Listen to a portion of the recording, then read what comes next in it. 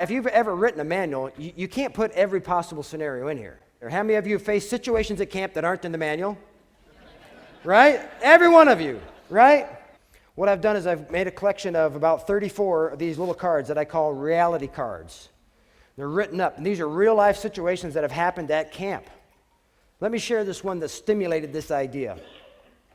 You're swimming in the swimming pool with your camper when suddenly someone notices a Snickers bar floating in the water.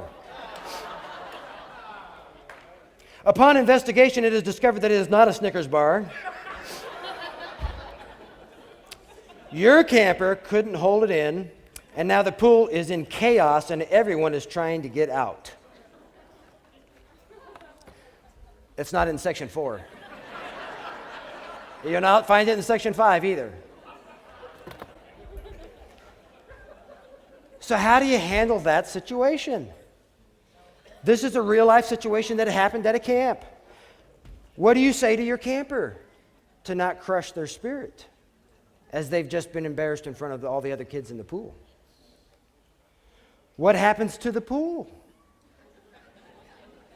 What happens to the rest of the kids when the rest of the kids find out and kids will talk and they'll all say things? And how do you handle that situation? It's not in the manual, but that's a real life scenario that can happen. Well, the way the camp handled it is written down at the bottom.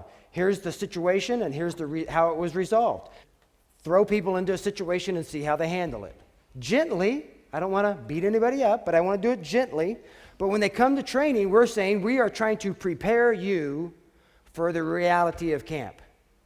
And if all you do is sit there and cross your arms and put your feet up in the back, I don't think you're really being prepared. So I want to throw something at you and see how you handle it and let the group as a team handle it. So let's read off a bunch of cards and ask these people, how would you handle it? How would you respond? What would you do in that situation? And get responses.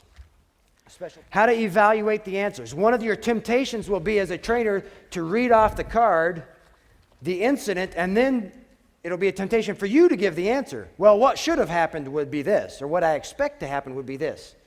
Your job is to not answer. Your job is to let them answer. So if you get a great answer, that tells you good confirmation. If you get a lousy answer, what does that mean? So maybe they need more training. Maybe they just don't know because they haven't been through training. It's the first year. Or maybe they're a little shaky. So that tells you maybe when we position people out where to put them or where not to put them.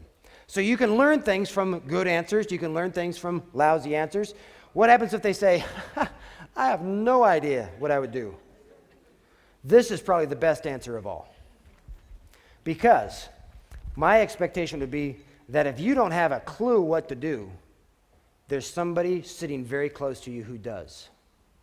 And what I want to train people to do is say, if you don't know what to do in a given situation, call somebody because somebody will know. Call the camp directors, call the nurse, call the social worker, call the psychologist. Somebody on your team is going to have a pretty good way to handle that situation. If your people think they have to have the answers, they won't have the answers to everything. But your people need to know that somebody there can help. That's why we have a team.